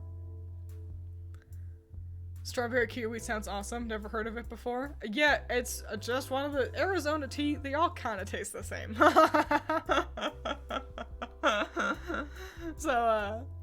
So yeah. Oh, Twiins, that comic I said I wanted to do. I'm almost finished with the first chapter. Way to go! I'm proud of you. Making comics is hard, isn't it? The hardest part, in my opinion, with comics is figuring out how you want it to look. Let me explain. So, to some degree, that can come down to things like art style. For example, Grim Magic, that was a sort of new look I was working with. Usually my art looks more like how I and Doug here look on screen. But for Grim Magic, I wanted it to have a different feel to it. I wanted the characters to evoke a similar feeling as Deep Sea Prisoner, Madoka Magica, and what's the other one called? Magical Girl Raising Project. You know, I wanted them to look cute and small, and I didn't want to necessarily evoke realistic proportions. I wanted them to look like kids. And so that was a very new art style that I was working with, and you can kind of see those growing pains. It took me, I've told this story before, it took me like 40 minutes to draw that first page, cause Cinderella's crying in like the first panel you see her, and just trying to figure out how I wanted to approach her face and how to make it look right. It took me a long ass time. And, so that's one way that, you know, figuring out how you want a comic to look can be challenging. The other thing is, at least for me, I work in grayscale, and figuring out how I want to approach shading and coloring. Like, it's like, do I want to go with straight up black, like straight black for black, like, clothes or whatever, or do I want to err towards, you know, a very dark gray and keep my line art visible? How many shades of gray do I want? Yeah, how am I gonna shade it? Is it gonna be shaded like Grim Magic, where I have a whole layer dedicated to shading? Or is it like, or do I want to approach shading, you know, in a different way, kind of a thing? And that's always the hardest part. And that's the stage I'm currently kind of in right now with As the Sky Falls. I was thinking about going with straight up, like, black for, coloring, but I was looking at some of my other art last night, and I was like, I don't know, this looks really good, so, I don't know, I'm still figuring it out. But it'll be exciting once I figure out what to do. I think the important part is, as always, remember that there are no rules. You can change how you approach your comic. Don't sit there and think, well, I drew them like this, you know, and so I have to draw them like that for the rest of time. No. Oh, I shaded it like this, so I need shading to look like that for the rest of time. No. So you're in charge. There are no rules. Do whatever you want. And it can be hard to forget that. To feel limited on what you can or cannot do. But, yeah. That's my flamin' hot tip. Great job. I'm proud of you. Making a comic is difficult. And don't ever feel like you're not allowed to change up what you're doing. Because you can. You're in charge. It's your comic.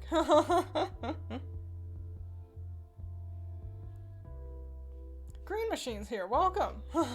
The way I'm approaching the main characters is by making the humans just naturally extremely tall, but because the main characters are like 18 to 19, they're still small, which keeps the small girl look most magical girl shows have their characters look. Nice. Always fun seeing other people doing magical girls. Cause everyone approaches it differently, you know?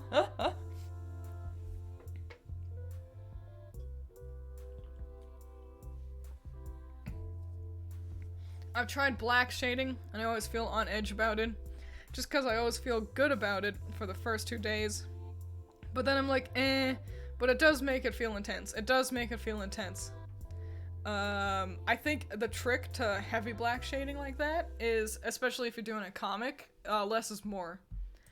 You don't shade everything if you're gonna go with straight black shading. Unless if you're pulling for like a really intense like expression, like a really like half in darkness kind of thing. But otherwise, less really is more. It can be tough. And don't be afraid to mix things. You can have some black shading, but then feel like, okay, but for this part, we're gonna have like, you know, like another layer with a lower opacity kind of a deal. You know, maybe some cross-hatching. Whatever it is. There's no rules. There's never rules.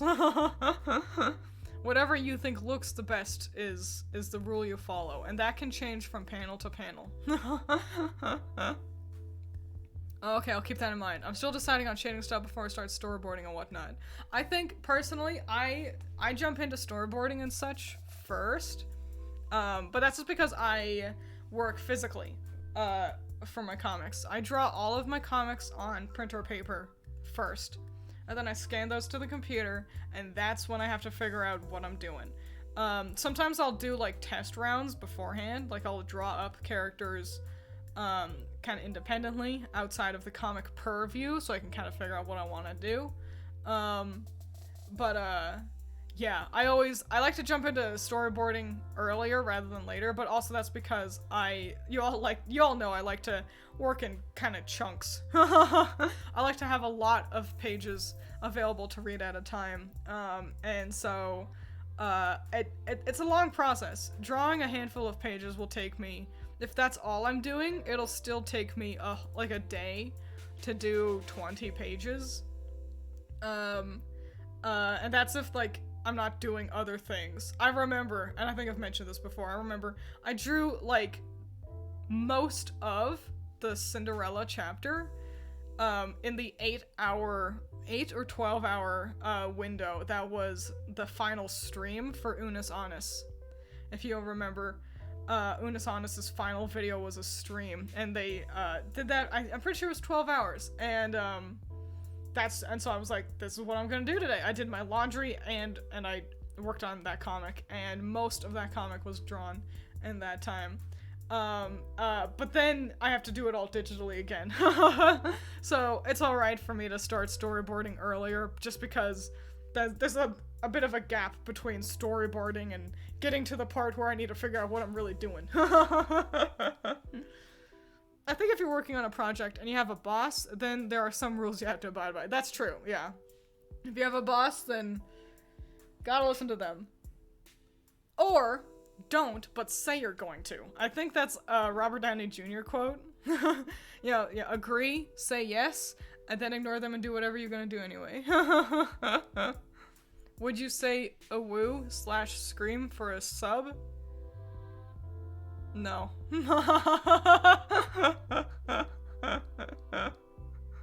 Sorry. No, yeah, I'll do that. Woo/scream. Alright. Give me the sub.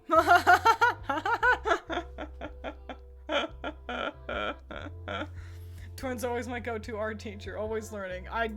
We all are. If you're not learning as an artist, then you're not growing. You gotta grow. Bro, I got played.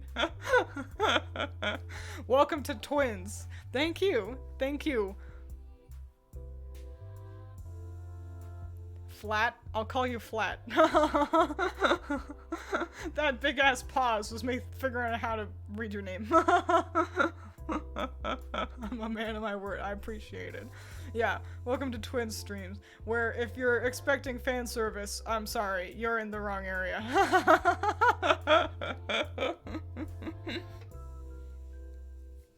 The only rules that matter are the ones you made for yourself. Exactly. Exactly.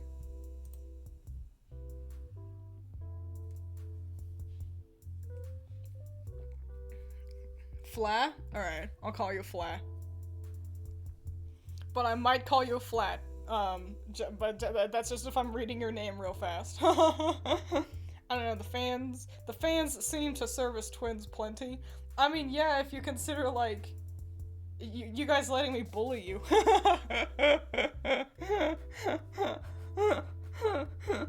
The amount of times a stream has devolved into me just calling Zero stupid because I'm playing Jack and Daxter and I know he likes those games. But if you're expecting a Chainsawman, you might be in the right place. Dude, Chainsawman is so fucking good. The Bomb Devil was also an interesting chapter. She was really fun and interesting. I also like how you can clearly tell originally he designed her without, like, any underwear. And then, like, the next chapter, suddenly she had underwear. And I don't know if it's because his editor was like, bro, you gotta put some undies on this girl. Or if he was like, okay, so I'm having her doing a lot of flippity doodahs and trying to figure out ways to block her unpantied, like, posterior is becoming a pain in the ass.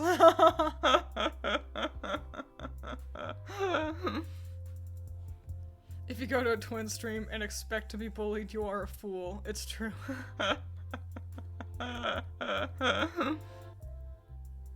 Retroactive undies, exactly. And another great example of things don't need to stay the same forever. Another one, oh my gosh. Demon Slayer. The early chapters with Tomioka, he looks so wet and sweaty. Thank you. Howdy, welcome. Yeah, Tomioka looks wet and sweaty and bad and not good. And that's bananas, because we all, especially if you watch the anime, he's like, oh, look at that cute guy, you know? He's like pretty and cool, and he's not that in the manga, where clearly Gotoge is kind of getting more comfortable with the art, you know? It's still the early phases. The early pages of any comic or manga never look the same as the final pages, and I think that's so interesting and so fun, and another great example of how you don't need to be perfect right off the bat. Yeah, just do it. Just go. And if you figure out that it's like, hey, this shading isn't working, or wow, I need to learn how to draw this guy so he doesn't look so sweaty and bad, or you know what, I am gonna put underwear on this character because this is a pain otherwise. That's fine. That is alright. So, now you know how to be a comic artist extraordinaire. Step 1, have fun. Step 2, fuck it. Yeah, we were talking about manga. I was talking about Chainsawman's manga earlier. Really love his art. I really do gotta make a video about it. But I think the next video I work on is probably gonna be another Project Sekai one, because I've got an idea really kind of crunching around in my brain. And that'll probably be a quick one. Quick and fun. Shocking, I know. Seeing as how every other Project Sekai video I've made has been 40 minutes long at least. No, I haven't read Solo Leveling. No. I'm not really into isekai stuff. How to be a comic artist. Do it. I can't get into Chainsawman due to the fact that, unironically, how down bad Denji is. See, I think it's servicing the character. It's doing it for a reason. It's not just being horny on main because he's horny. Like, they're doing things with it. It's a smart comic. Also, real rich coming from you, Captain Awuga himself.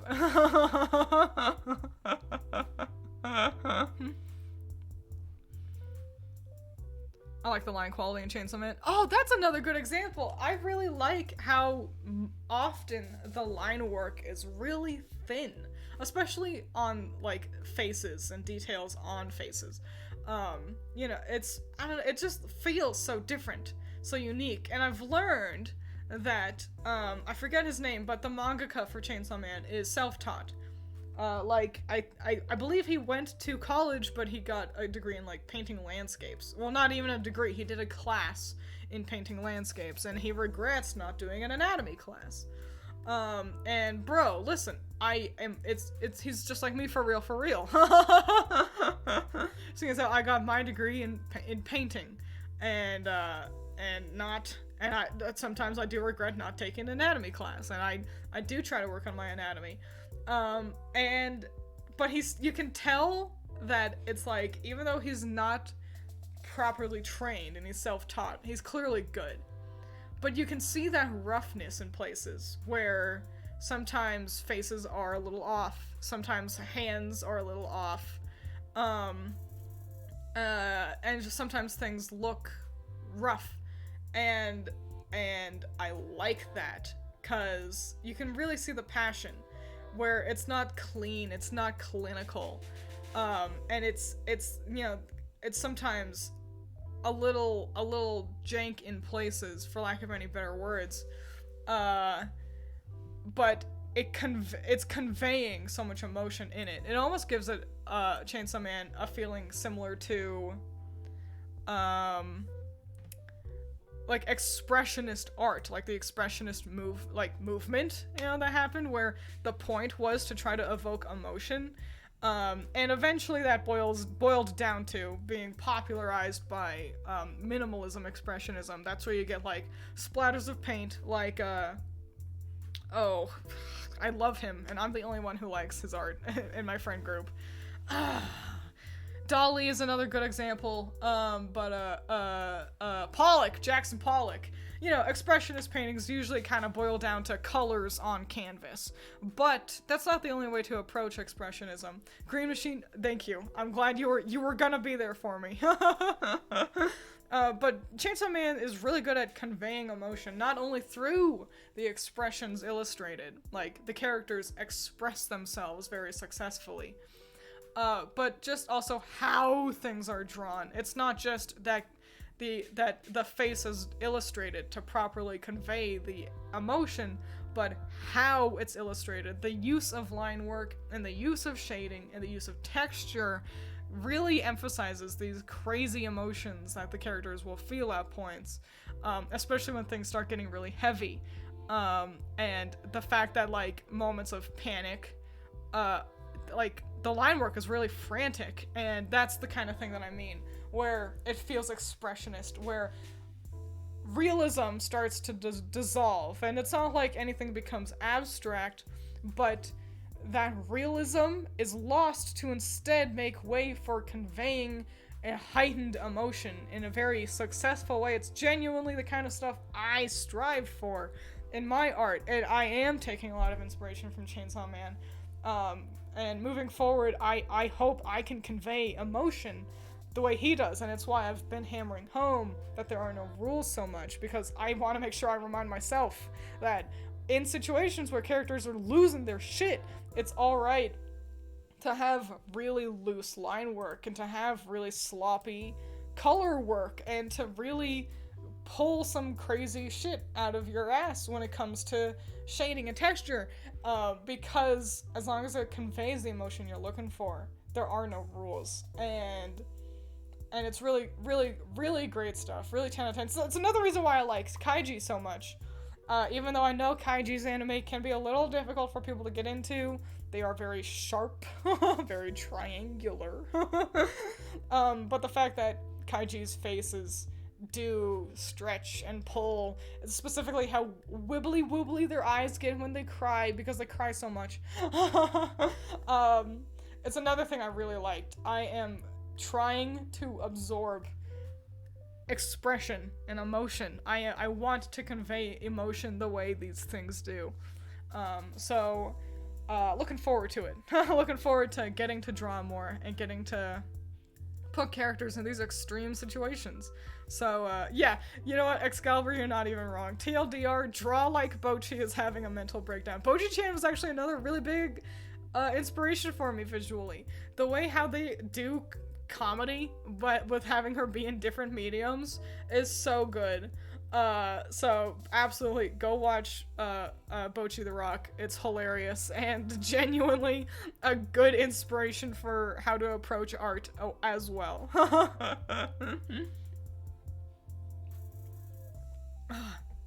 I think a really good example of that is that one panel with Makima in the train. Yes, I had to think about it, but yes. I'm so glad I'm not the only one who feels that way about Chainsawman manga. It's so good. Listen, the anime, I'm glad the anime has really helped the manga kick off, and it's the anime's fault that I even actually read it. I knew that I would probably like Chainsaw Man, but it was hearing Mother's Basement talk about it, and that first made me go, yeah, I should actually probably read this manga. And then, actually, it was one of the ED songs that finally tipped the scales and had me check out the manga. If you want to know, it's the one for episode 10, Dogland. You can look that up. Great song, 10 out of 10 stuff. And that's what I was like, you know, I like the song so much I am gonna read this manga.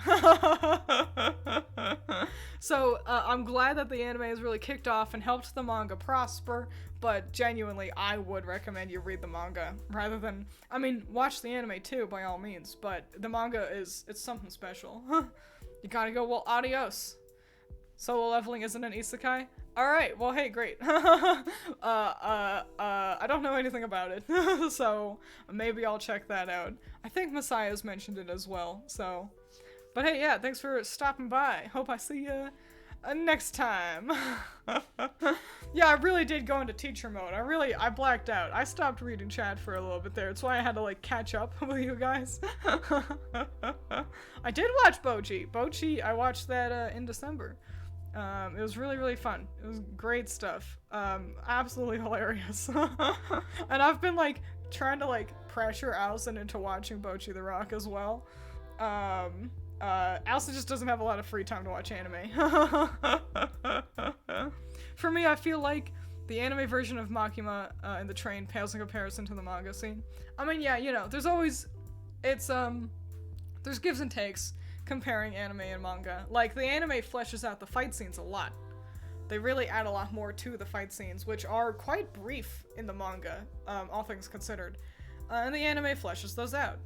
But on the flip side, small moments can't have that same kind of impact in the anime because they aren't given the opportunity to lavish over one panel the same way how a mangaka can. I feel like the manga is funnier.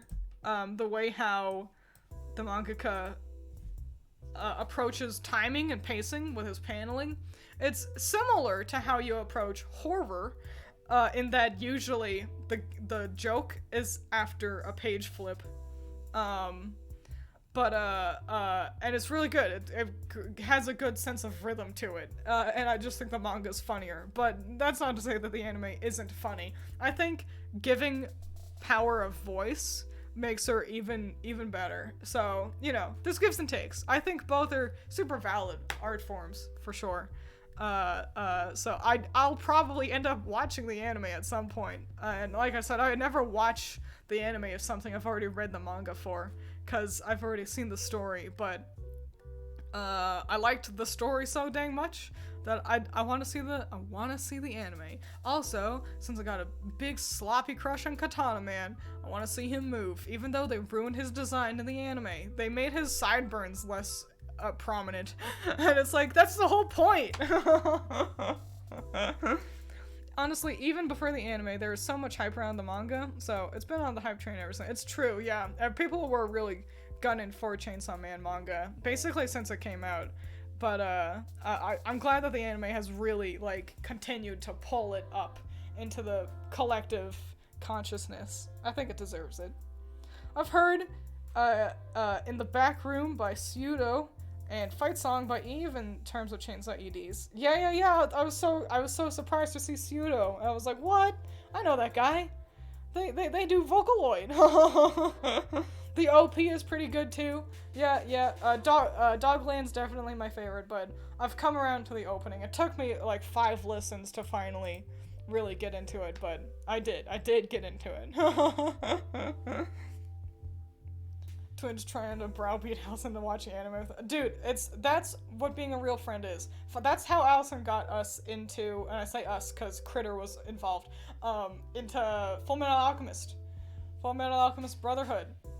She fucking hounded us. She was throwing things at us to try to get us to watch Brotherhood for like a month. Until finally it was like, alright, fine, we'll watch this anime. And wow, what a surprise. It's excellent. It's one of my favorite anime. So, if your friend is like not letting go and being like, but you should fucking watch this anime, just do it. I promise you won't regret it. We gotta do donations to equal Allison's pay so she can take a day off to watch Bocchi. That's the thing. Bocchi was also so short. That was the thing. Bocchi, there's two types of anime in this world. There's the kind of anime where it's so good and so gripping that I like binge through all of it in as short amount of time as possible. That happened with technically Kaiji, but I did need to take some breaks with Kaiji. And like Erased, where it's like I need to know what happens next. But Bocchi was the second type of anime, which is, I love this so much, I want to take my time. I'll watch an episode or two at the end of the day, and I'll do that, and I'll just really milk the series because it's just delightful, and I want it to take as long as possible. I want to savor the anime, you know? So, I don't know how Allison likes to approach anime, but Bocchi was, it took me like a week to watch Bocchi, even though the episodes are so short, but just because I liked it, I liked just relaxing at the end of the day with a little bit of Bocchi-chan. From the way you speak of Chainsawman, Denji's horniness isn't as bad / poorly written as, I don't know who Mineta from My Hero. Oh yeah, the Grape Kid. That's how I know him. Yeah, no. Denji is so like, yeah, he's horny, but that's not his entire character. He brings it up relatively regularly, but it's all in service of him. For example, he decides, I want to touch a boob. He is 16. Most boys want to touch boobs. And that's how he kind of really initiates his friendship with Power. Power suggests, hey, I'll let you touch my boob if you help me go get my cat. Because her cat had been stolen by a demon. And it was a trap. She had intended for Denji to actually get eaten by the demon, because it was a trap. But the demon was a bad guy, and he ate her cat, and she was sad about it. And Denji even though he had been hurt quite badly by Power and the demon, Power was by proxy, because she set the trap. But he still beat up the bad guy, and saved Power and the cat, because, well, hey, you said I'd get to touch your boob. And so that seems like, oh, he just did it because he's horny. Kind of, yes. But he then gets to touch her boob, and he was like, and then that was it. Like, this wasn't some big thing. It wasn't a humongous event, and that's the next plot point, is that he's like, okay, so I touched a boob, and, it just, like, happens. It didn't feel special, so, and it's him learning the difference between being horny on main and being intimate. So, that's just one good example about Denji and his horniness, and, it's a story about growing up, so, sometimes sexuality is gonna come into play, but yeah, it's nothing like, the kid from My Hero Academia.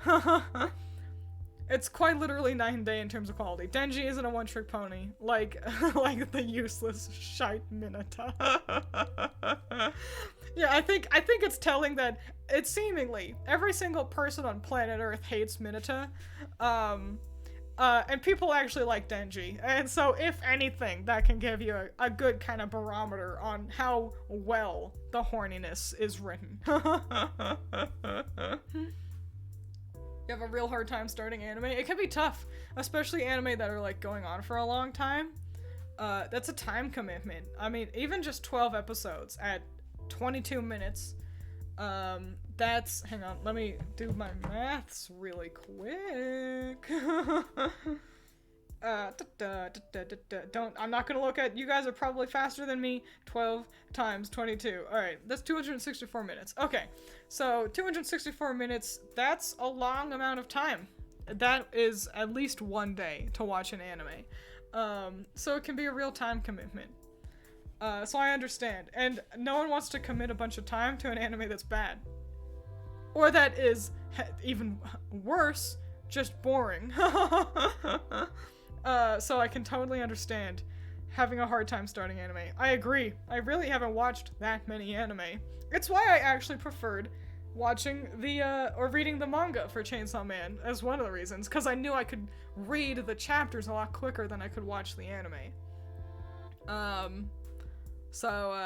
I get it. It's why it took me a long time to finally start. It doesn't help that I also, like, not all anime is for me. You know, I'm not here for fan service. You know, especially, like, a fan service aimed at the male gaze. I'm sure that, oh, what's that one isekai anime? It's sad. The boy, like, he dies, and then he, like, reloads at a point. Rem, the maid girl with the blue hair is from it. That anime. I'm sure it's swell. I'm sure it's really great. People have spoken really highly about it. You don't stay in this collective consciousness. ReZero, thank you.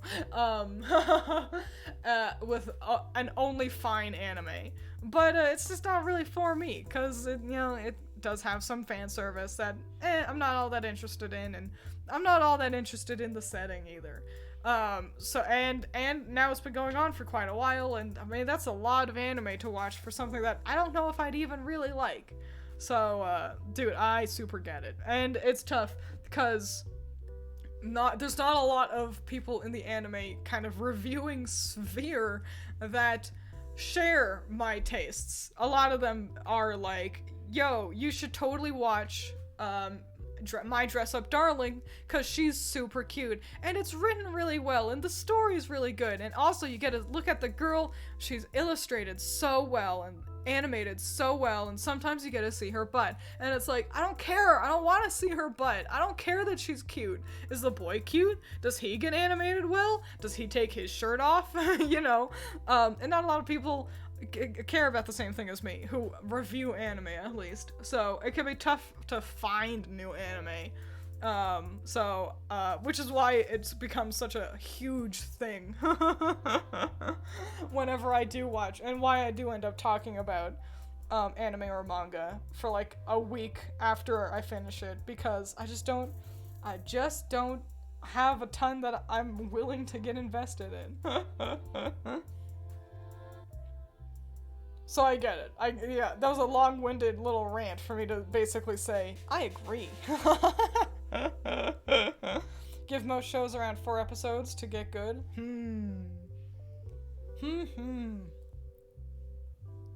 Oh, that's a tough one.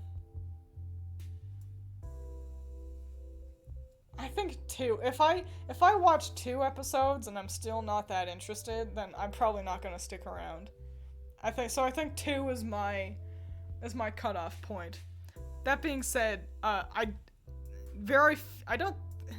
there's not a whole lot that I've given up on. I think the only one I can think of is, Comic Girls. That was a shit anime about artists, little girls. They're like 15 or some shit. And it was like totally trying to be fan service bait, but I was like, oh, they draw. I draw. That's good. That's fun. Let's see what this is like. And it's like it was made by people who have never interacted with real artists before. It was so bad. That's the only one I can think of that I like fully bounced out of. So, yeah, that's good.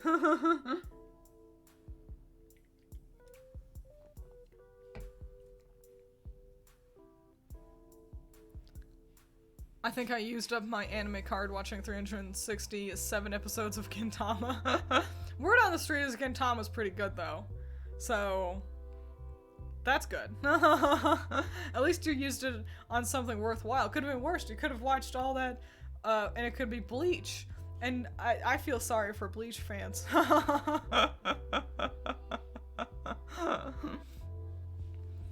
Very low standards, I guess.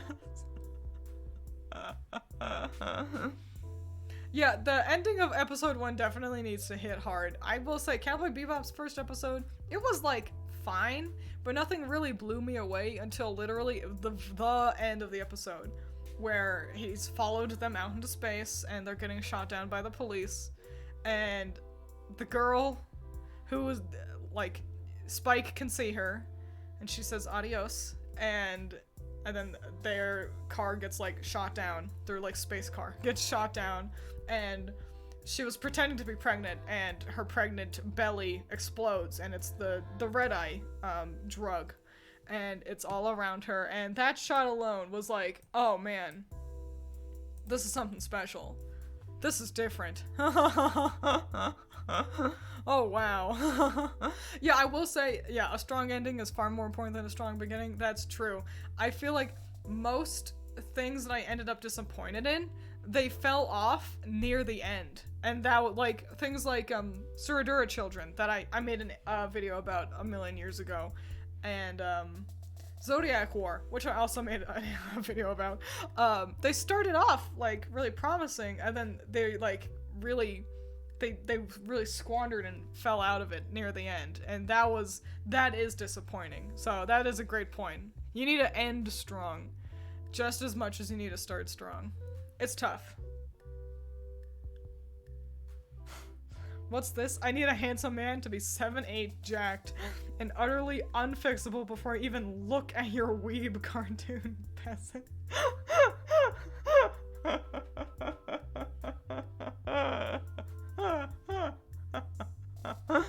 Wow. Good luck. Gintama's amazing. It's my second favorite anime. I could only watch so much because I loved it, but it took a while. Yeah. And it's funny, isn't it? Like it's a comedy anime. Those are a rarer breed. I think I heard Vincent. Hang on, let me open my door really quick. Those are a rarer breed, but you gotta respect good comedy anime, because so many of them are not that good. No. He's sleeping on his cat tree like a cute little boy. Space car, yeah. Ship, I suppose, was the word I should have said. Yo, you know what's one I really want to watch, but I don't know where I can find it? Cromartie High School. That's another comedy one, and that one was made with like fucking like 3 nickels, some string cheese, and a couple of Chuck E. Cheese tokens. Like, that anime had no budget, but from what I've seen, it's hilarious, and I want to watch it real damn bad.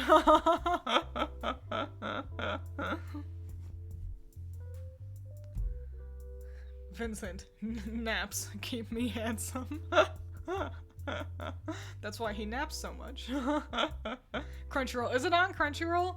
Okay. I'll look into it. I don't like Crunchyroll's website, but hopefully that means it's also on Verve. Did I get rid of my Verve subscription? I think I did. I don't think I got rid of the Shonen Jump app one, though.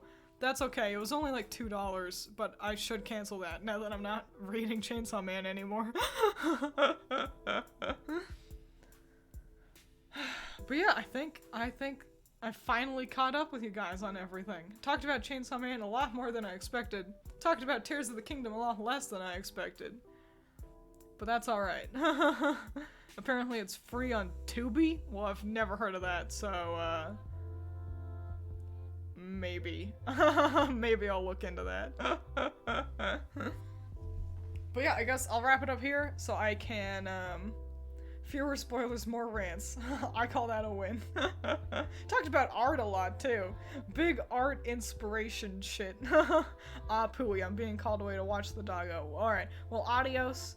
Have fun watching your dog. I think we will be wrapping up right now anyway, so I can get to work on all that art I need to do. So, yeah, let you all get back to having a fun adventure, doing whatever the fuck you want to do. Enjoy your day off if you have it off. Enjoy your day at work if you have to work. And I'll see you on the flip side. Hopefully, I'll see you on Thursday. I should be able to get everything wrapped up for that, and it'll be fun and neato. Yeah, adios. Eat your vegetables, drink your water, and I'll see you on the flip side. Goodbye.